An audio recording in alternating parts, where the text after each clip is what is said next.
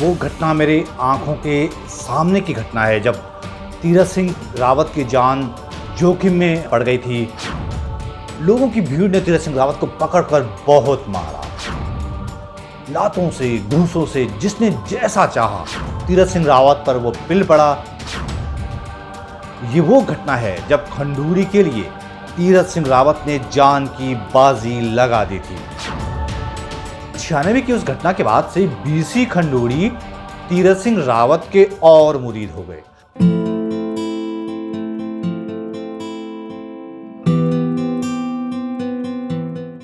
दोस्तों नमस्कार, मैं मनु पवार, स्वागत है आपका मेरे YouTube चैनल पर। हाजिर हूं एक नया वीडियो लेकर। उत्तराखंड के नए मुख्यमंत्री तीरथ सिंह रावत से जुड़ा एक ऐसा किस्सा आपको बताने जा रहा हूं जो मुमकिन है कि ज़्यादातर लोगों को पता नहीं होगा। वो घटना मेरे आंखों के सामने की घटना है जब तीरथ सिंह रावत की जान जोखिम में पड़ गई थी। ये वो घटना है जिसकी वजह से तीरथ सिंह रावत पूर्व केंद्रीय मंत्री और उत्तराखंड के पूर्व मुख्यमंत्री भुवन चंद खंडूड़ी के राजनीतिक दत्तक पुत्र कहलाने लगे थे। ये जो आप तस्वीर देख रहे हैं, इस एक तस्वीर ने बहुत सारे लोगों को चौंकाया। इस तस्वीर को खुद तीरथ सिंह रावत ने अपने फेसबुक पेज पर शेयर किया है। मुख्यमंत्री पद की शपथ लेने के अगले ही दिन यानी 11 मार्च 2021 की सुबह तीरथ सिंह रावत सुबह सुबह देहरादून में उत्तराखंड के पूर्व सीएम और पूर्व केंद्रीय मंत्री बीसी खंडूड़ी के घर उनसे मिलने पहुंच गए।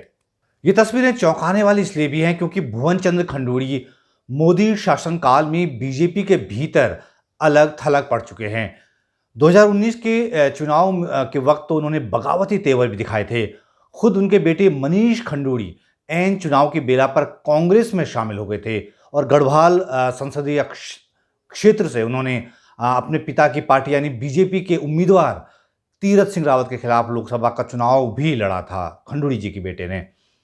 हालांकि वो जीत नहीं पाए थे, लेकिन खंडूड़ी केंद्रीय नेतृत्व की आंखों में खटक गए थे।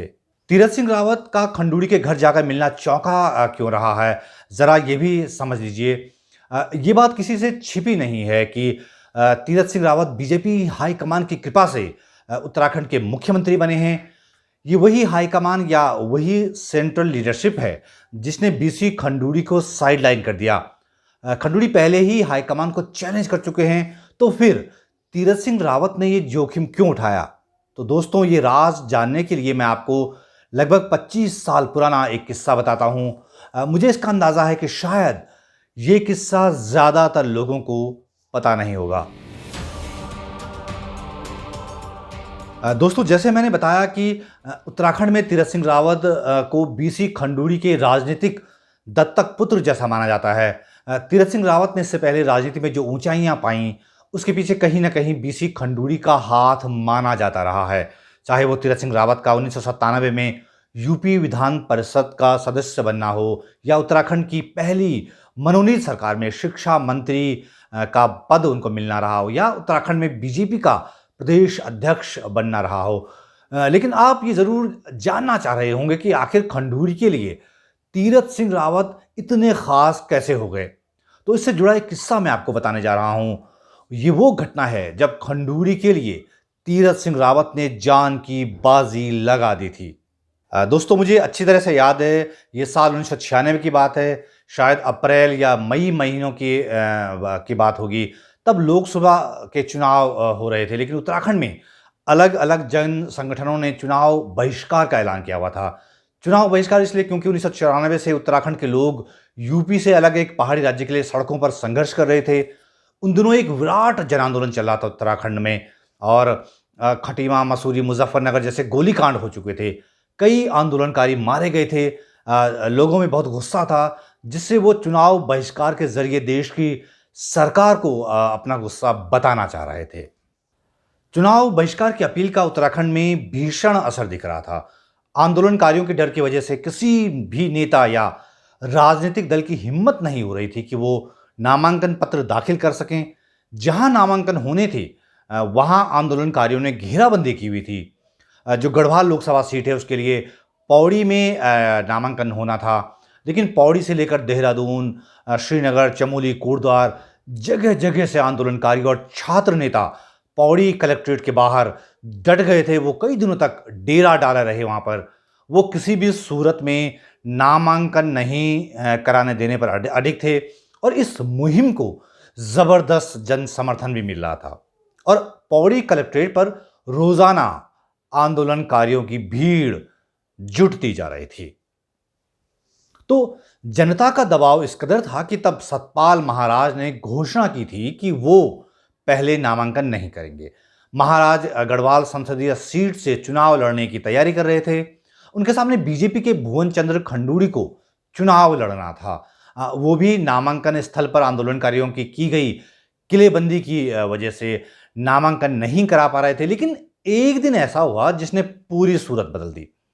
जब शायद नामांकन के लिए आखिरी कुछ घंटे बचे हुए थे, तभी पौड़ी कलेक्ट्रेट के बाहर डटे जो सैकड़ों उत्तराखंड आंदोलनकारी थे, उनकी आंखों में धूल झोंक कर तीरथ सिंह रावत बीसी खंडूड़ी का पर्चा दाखिल कराने कलेक्ट्रेट के अंदर घुस गए।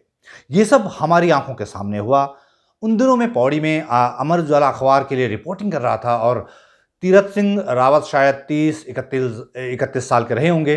वो शायद तब एबीवीपी या भारतीय जनता युवा मोर्चा में रहे होंगे, मुझे ठीक ठीक याद नहीं आ रहा है। आंदोलनकारियों को जब इसकी भनक लगी कि तीरथ सिंह रावत कलेक्ट्रेट के अंदर घुस गए, तो बाहर खलबली मच गई। बाहर बड़ा हंगामा खड़ा हो गया, नारे लगने लगे, भीषण तनाव की स्थिति पैदा हो गई थी तब। लेकिन कलेक्ट्रेट में सुरक्षा की इतनी तगड़ी किलेबंदी की हुई थी कि कोई आंदोलनकारी अंदर घुस नहीं पा रहा था। इस तरह तीरथ सिंह रावत ने भारी सुरक्षा के बीच बीसी खंडूड़ी का पर्चा दाखिल करवा ही दिया। अब पर्चा दाखिल तो हो गया, तीरथ सिंह ने करवा दिया, लेकिन तीरथ सिंह रावत के लिए सबसे बड़ा चैलेंज ये था कि वो कलेक्ट्रेट से बाहर कैसे निकले।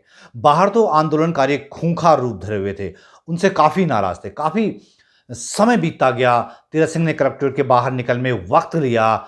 ऐसा करते करते शाम हो चुकी थी, लेकिन तीरथ सिंह रावत बाहर निकलने का साहस नहीं जुटा पा रहे थे। तो आंदोलनकारियों को चकमा देकर जैसे वो खंडूड़ी का पर्चा दाखिल कराने कलेक्ट्रेट के अंदर दाखिल हुए थे, उसी अंदाज में चकमा देकर उन्होंने वहां से निकल भागने की जुगत की। लेकिन इस बार वो आंदोलनकारियों ने उन्हें देख लिया, उन्हें दबोच लिया। फिर क्या था, फिर जो उनके साथ हुआ उसको मैं बयान नहीं कर सकता। लोगों की भीड़ ने तीरथ सिंह रावत को पकड़कर बहुत मारा, उनको बहुत मार पड़ी, लातों से, घूंसों से, जिसने जैसा चाहा तीरथ सिंह रावत पर वो पिल पड़ा। लोग दौड़ाते दौड़ाते मारते हुए ले गए तीरथ सिंह रावत को।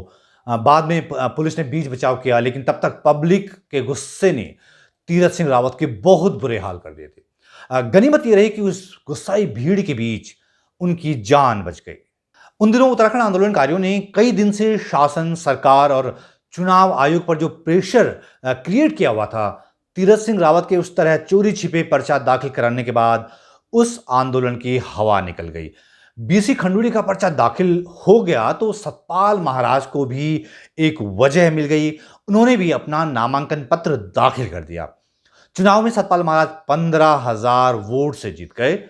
खंडूड़ी वो चुनाव हार गए, लेकिन उत्तराखंड आंदोलन को एक बड़ा झटका लगा। चुनाव ने उस जन आंदोलन की ताकत को छिन्न भिन्न कर दिया था। खैर दोस्तों, ये तो समय समय की बात है। तब पौड़ी में पब्लिक के हाथों बहुत बुरी तरह से पिटे तीरथ सिंह रावत उसी इलाके से बाद में बीजेपी के विधायक भी बने। 2019 के लोकसभा चुनाव में वो सांसद भी चुने गए और आज तो वो मुख्यमंत्री भी बन गए हैं। लेकिन 1996 की उस घटना के बाद से बीसी खंडूड़ी तीरथ सिंह रावत के और मुरीद हो गए। तीरथ सिंह रावत उनके राइट हैंड माने जाने लगे। राजनीति में तो तीरथ सिंह रावत खंडूड़ी के दत्तक पुत्र माने ही जाते हैं। तो ये था उत्तराखंड के 10वें मुख्यमंत्री तीरथ सिंह रावत से जुड़ा वो किस्सा जो शायद कई लोगों को पता ना हो। अगर आपको ये वीडियो पसंद आए दोस्तों, तो ज़रूर ये वीडियो लाइक कीजिएगा। इस वीडियो को ज़्यादा से ज़्यादा लोगों तक शेयर कर सकते हैं और मेरे यूट्यूब चैनल को सब्सक्राइब ज़रूर कीजिएगा दोस्तों। ये वीडियो देखने के लिए आपका बहुत बहुत शुक्रिया।